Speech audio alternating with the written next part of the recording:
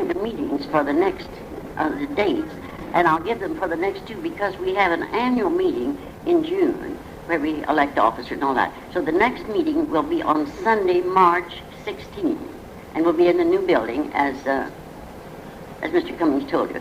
And then the next meeting, the annual meeting, will be June the 15th, and there will be election of officers then. And I find, as I look over the bylaws and charter, that there are really 7 standing committees, but there don't seem to be any chairman elected or named now. The president has the power to name those, and I will do it now. But today, so we won't have such a long business meeting, I'm only going to name one, and that will be the nominating committee. And Mr. Mayhews will be chairman of that, and Mrs. Ruth McCollum and Dr. Good of the school year will be the nominating committee, and they will nominate for a new vice president, not for president because the vice president is president-elect, and a secretary-treasurer, and we combined those 2 offices last year. Then we have 7 board members, and those 2 will have to be named. Now, not 7. We have 7, but they were appointed in staggering dates when they started in '69. So there will only be 3 to appoint, and the 3 who go out are Mrs. Luna, Stella Luna of Gainesville, and Mrs. Helen Fletcher of Branson, and Mrs. L.D. Burns of Yellville. Their terms expire in June, and they will either be named, renamed, or replaced. All right. Now, I mentioned that there are 7 of these things. Then, now, I'm not going to take up now the other committees. Each time we'll take up 1 or 2 when our programs are short. We'll take up 1 or 2 of the other programs that we would like to get into. And in the meantime, let's all join the membership committee. Now, a lot of these people who belong and pay dues don't live near here and can't come. But I'm just sure all of us have neighbors who might be interested. And as individuals, let's talk to them and see if we can't get several new members before next time. Okay? And now, you all remember Gordon McCann, when we had a meeting up at Riverside, and he helped his wife's family, his in-laws, have a family reunion that I guess ended all family reunions for this area, and he gave us such an interesting talk. Well, now, a young man from SMSU University is going to be our speaker for today, and he's a good friend of Gordon's, and Gordon is going to introduce him.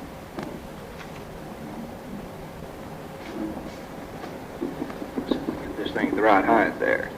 Well, Mike Fuller is one of these fortunate young men that, even though he's still on his undergraduate work, is deeply involved with what he's going to make his life's work, and that's archaeology. Mike is currently a junior at SMSU, with a major in geology. He's a native of Springfield. He's at the ripe old age of 20 years. He attended Glendale High School. When he was in high school, he was active in the Boy Scouts, was an Eagle Scout, received the God and Country Award, the Order of the Arrow. He also won the grand prize at the Southwest Missouri Regional Science Fair and received 3rd place in the Earth Science Division at the International Science Fair, along with numerous other awards.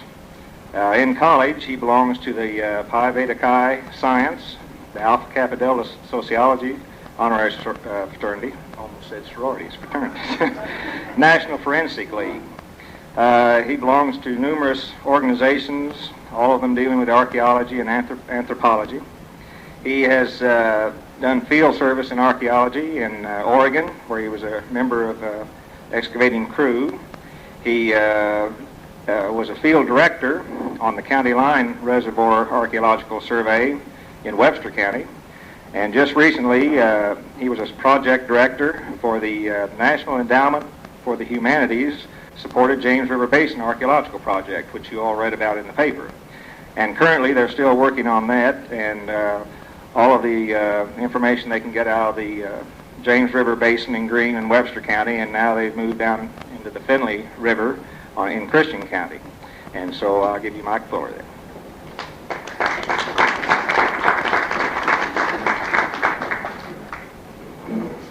I must confess I think I belong to more scientific and archaeological organizations than possible, but I think I'll make a historical society now on my mailing list today, and I'm very pleased to see this type of a crowd in this area interested in the local history and the culture of the Ozarks. And I'm also very pleased to see this very fine publication you all put out.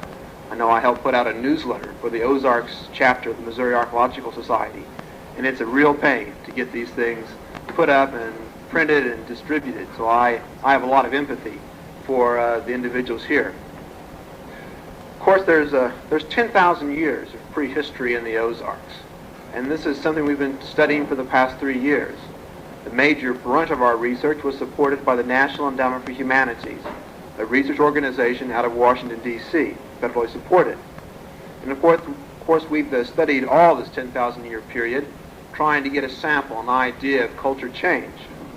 I'm going to talk to you, though, about the last 1,000 years in Ozarks history, more or less from 900 A.D. to 1900 A.D., or today, and look at some of the changes and some of the unique things we've found during this time period. Because during this time period, we see the, quote, reluctance to change motive and methods being exerted on prehistoric people, much the same way as we see it in the early white cultures as they came into the Ozarks during the 1800s.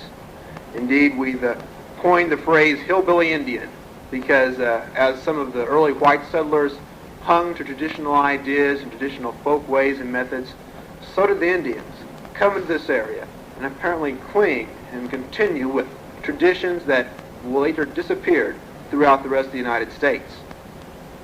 Of course, archaeology is a very exacting science, but it's also a mixture of science and history. So we try to sit down and combine many disciplines. So when we do our research, we have historians on our staff, we have geologists, ecologists, artists, all these individuals contributing their own individual knowledge. From this, we've built up quite a catalog of facts and figures about prehistoric man in this area of the Ozarks. We realize that a lot of what he was living in was a constantly changing environment. We look at the Ozarks today and we see a lot of oak and hickory forest, very dense and thick, and sometimes very large spruce and evergreen type cedar tree glades on the hill slopes. We recognize these as distinct ecological areas. From the work that we've done, we've been able to pinpoint different ecotones and ecozones within the James and see what type of resources were available there. And by analyzing material such as small snails and pollen grains and fragments of charcoal in our excavations, we've been able to see that indeed the climate has not been constant in the Ozarks, but that it's shifted and changed. And indeed there have been times which this area saw drought, in which there were increasing amounts of prairie growth occurring on the uplands. And then at other times, we had the very lush, pleasant Ozark environment we witness today. And indeed, this type of information is important to the archaeologist, because when he sees a changing environment, it helps him realize what was the stimulus for some of the changes in the culture. So let's look at Ozark history in the past 1,000 years, starting around 900 A.D., and see what changes occur. Around 900 A.D., it appears that the Ozarks was just beginning to come out of what is called the Scandic climatic episode. That's a big name, but it simply means that we were beginning to break a long drought. A drought which probably lasted somewhere in the measure of 400 to 500 years. Now we talk about the 5 and 10 and 20-year drought cycles that we'd seen during the historic past. But there are larger swings in climate. And what simply happened was during this time period, all the moisture, all the winds were blowing from the Pacific coast eastward. But as all the rain clouds hit the Rocky Mountains, they dumped their water there. And as they came across the plains and towards the Ozarks, they carried no water with them. And this made some very vast changes in culture. Indeed, many cultural groups had to decrease their population because food resources decreased during this time period. But around 900 A.D., there's a change for the better. And we have what's called the Atlantic episode.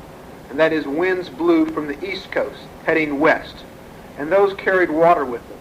And again, we see a growth in the forest, an increase of animals, such as deer, an increase of gatherable food, such as oak and hickory nuts.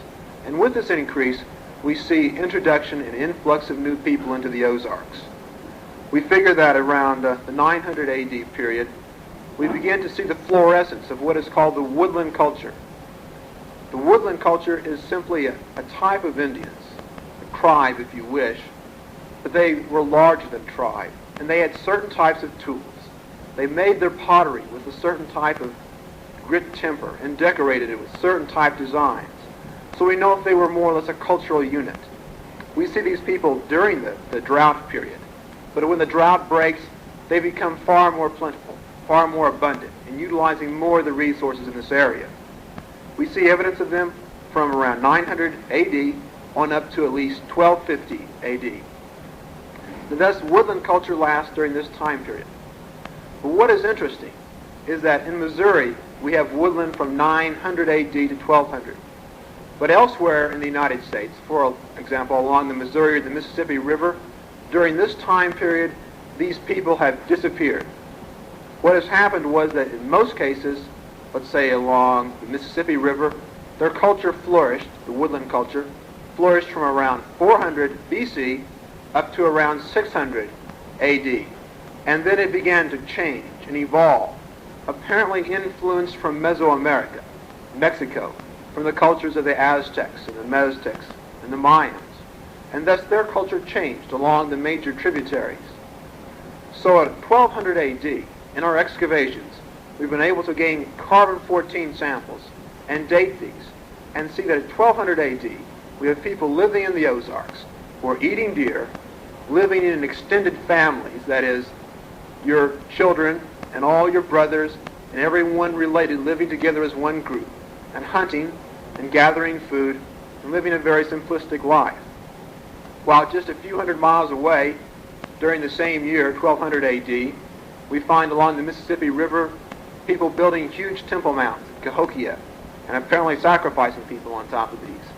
We see them building fortification walls around cities such as Learburn and Tawasaki. And indeed, these were cities on the Missouri and the Mississippi River, and a state of almost constant warfare existing, while at the same time in the Ozarks there is peace and serenity and an older lifestyle. Of course, this lifestyle changed. Apparently it disappeared between 1250 and 1450, when the Ozarks again suffered what appears to be another period of drought. But breaking out of this around 1450, we begin to see appearances of groups such as the Osage Indians and evidence of Caddo Indians, that is, Indians who lived in Louisiana and Arkansas, making hunting forays up into this area of the Ozarks. What is interesting is that these Indians still have a degree of cultural isolation attached to their tools and to their lifestyles. Indeed, many archaeologists have said that the Osage Indians, who existed right up into historic times, had as many characteristics of the woodland period as they did of the Mississippian period.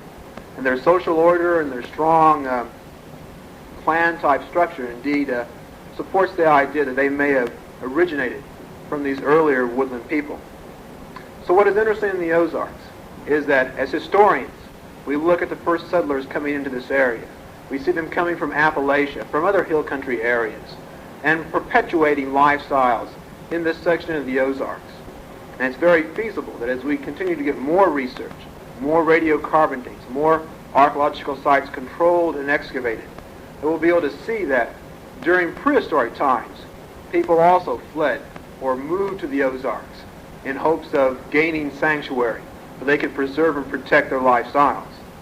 I have a double interest in this because I've also worked in the hill country area of Oregon, the Blue Mountain areas there.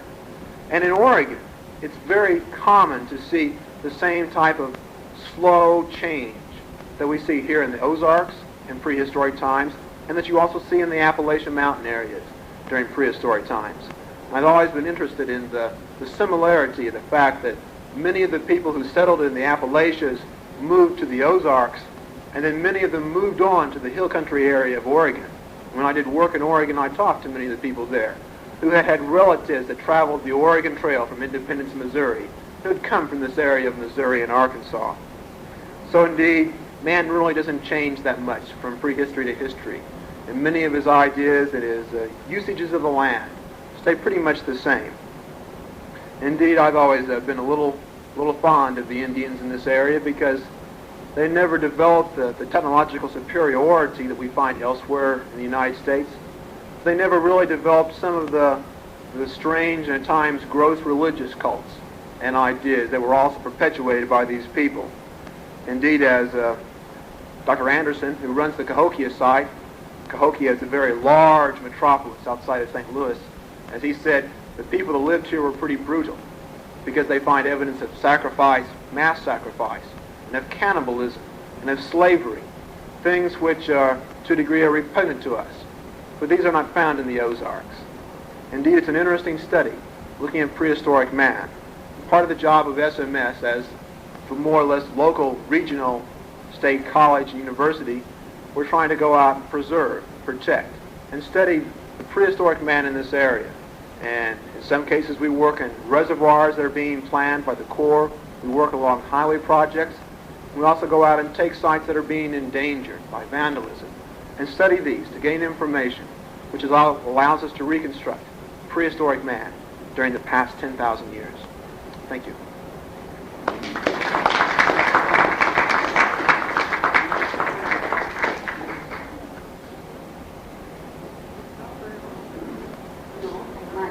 Wasn't very long. He thought he would have some slides to show us, but it seems our physical facilities won't accommodate.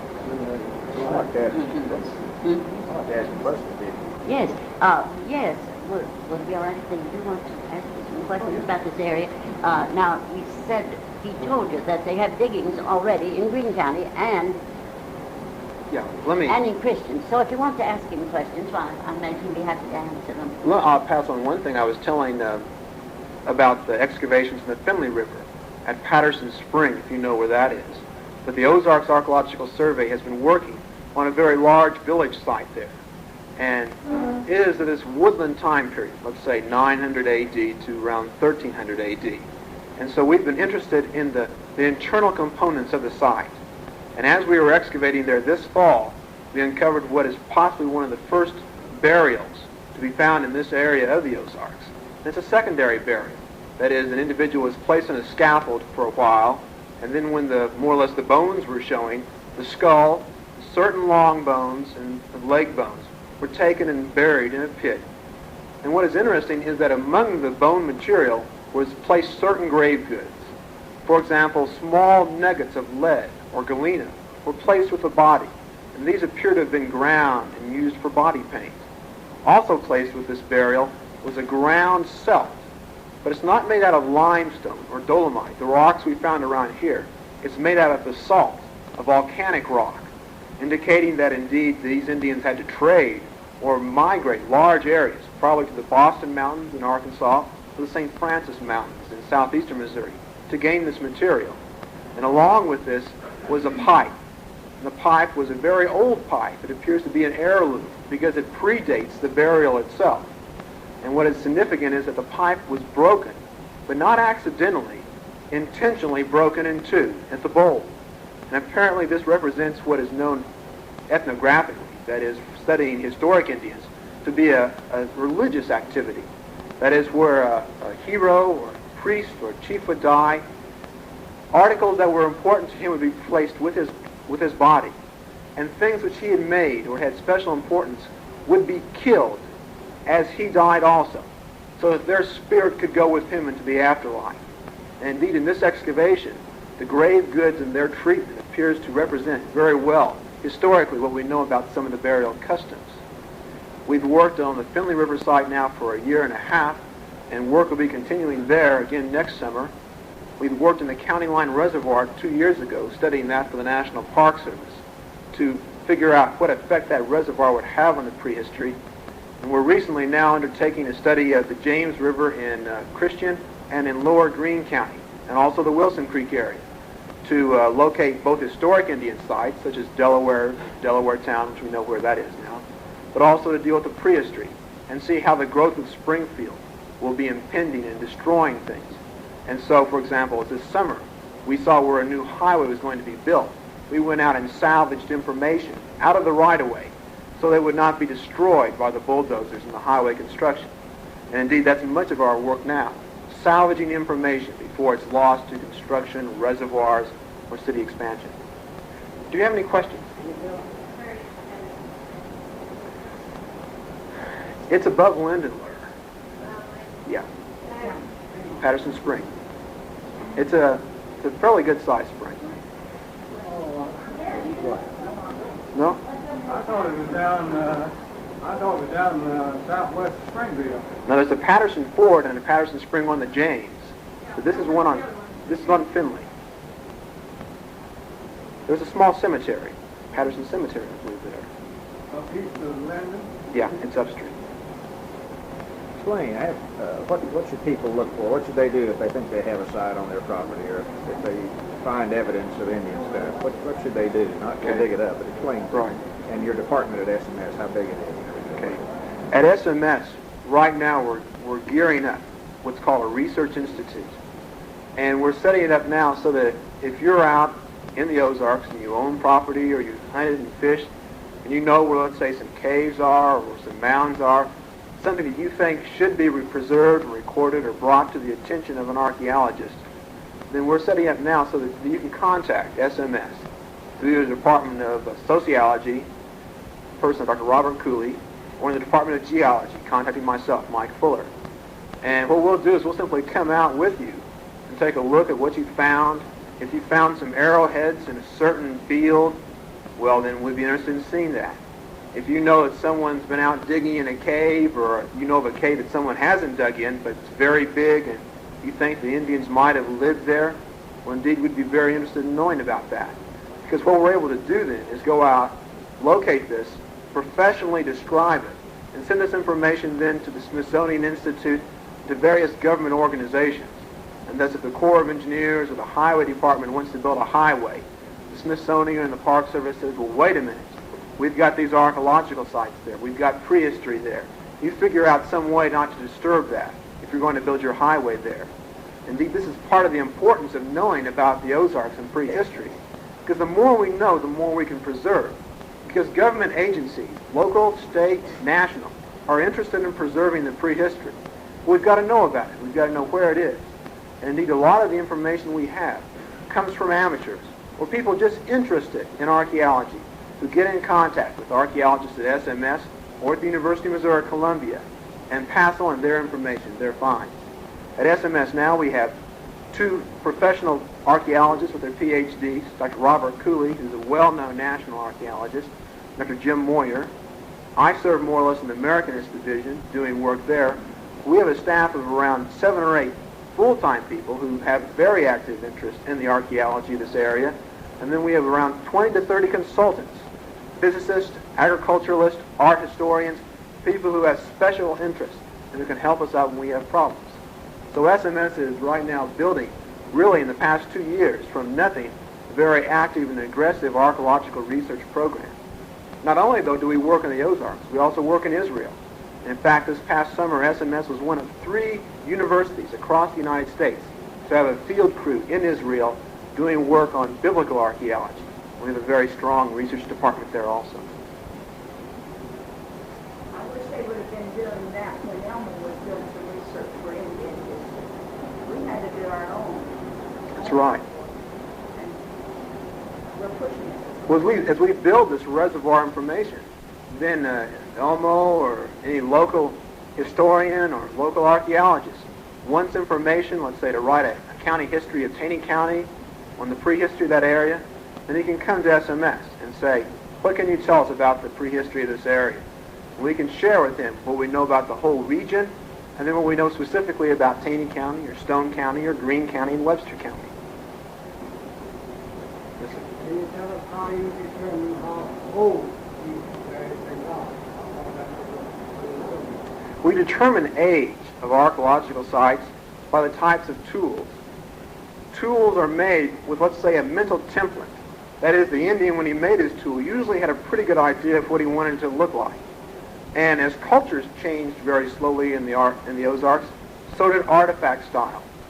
So if you find an artifact that has a certain type of basal notch, and it's a certain length and thickness, if you're a trained archaeologist, you can begin to recognize what time period this possibly came from. Then to confirm this, We can take it and we can submit it, if it's organic material, for radiocarbon dating, which will give us a date usually within plus or minus 50 years of when it was made. And then we have other dating methods, such as thermoluminescence and pollen analysis, which allows us to establish the age of cultural levels and of sites and of the artifacts found in them.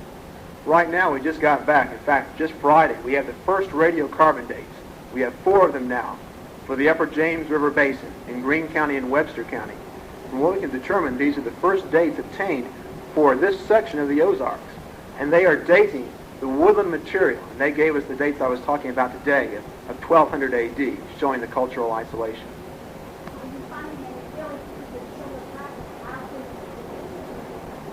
Yes, we've located about 8 or 9 major villages, some of these dating back 5,000 or 6,000 B.C. Now, we have not undertaken excavation of these yet, but we've done something else. We've done what's called a computer study of them, analyzing surface features and amount of debris on the surface. Briefly, let me tell you what we found. That is, we find the very old villages show a certain type of residency pattern. That is, the people lived in small nuclear families, a man, his wife, and his immediate children. But as time went on and we got into the woodland type cultures, there's very good indications that small little families were grouping together and forming large extended families. And thus in a village you might have 3 or 4 large extended families and houses clustered in this manner. And thus this is what we're finding out about the villages and their usage.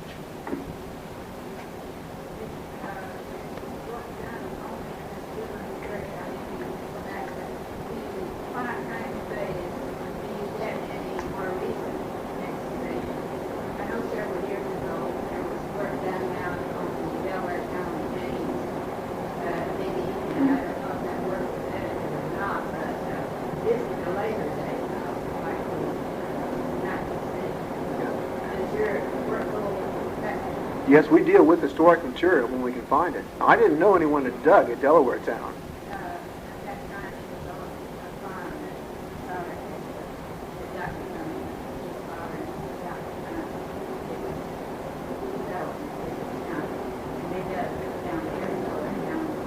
Do you know who was doing the excavation?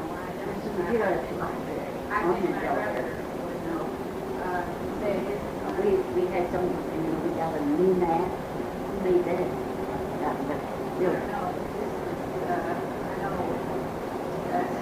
I was a child, we could find arrowheads on our farm down there from Delaware down to James. We've had one excavation in Polk County where we were excavating in an upper layer and we were finding arrowheads being made out of steel and out of metal, apparently being some of them trade implements by the early white settlers, and others of them simply looking like a cooking pot the Indian took and hammered out and cut to make a very crude but still effective arrowhead out of it. So this, of course, the metal in this layer showed us that we were dealing with historic Indians. Yes, right now, for the rest of December, there's a display in the SMSU Art Gallery, which is inside the library at SMS. When you go in, it's immediately on your right. And we have a large number of artifacts that were excavated this past summer, along with many graphs and charts and photographs explaining the context of the material and how they were found, and how the information is being interpreted. So let me certainly invite any of you, if you're up in Springfield during the next part of December, and if SMS Library is open, and it keeps strange hours between semesters, but if it's open, certainly drop in, because we'd be glad to have you see some of the work and some of the material we found. We're hoping someday to have a museum on the SMSU campus, or at least in Springfield, dealing with natural history, much like the one here at the School of the Ozarks, so that people can come and not only see material on storage and display there, but also serve as a research headquarters.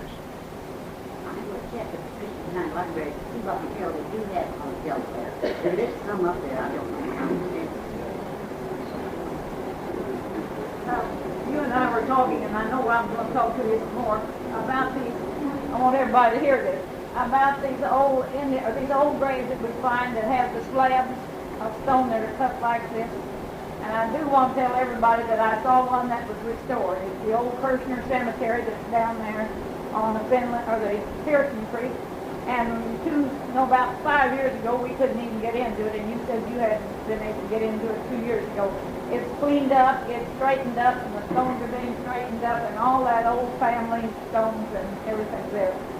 Lucille and Ralph and Jerry, that's all your folks now. And you can go in there with the lawnmower and mow that loose end now. Now that It's beautiful. And there's 2 of those old graves like we were talking about. that area along Pearson Creek has been of great interest to So us.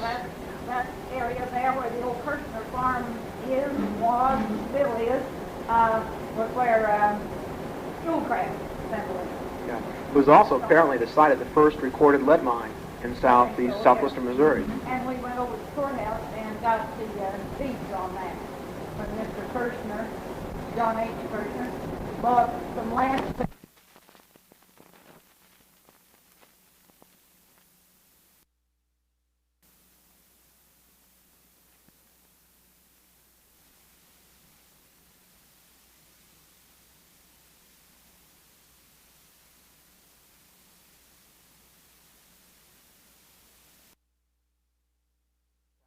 Southwestern Missouri. And we went over to the courthouse and got the deeds on that. When Mr. Kirshner, John H. Kirshner, bought some land.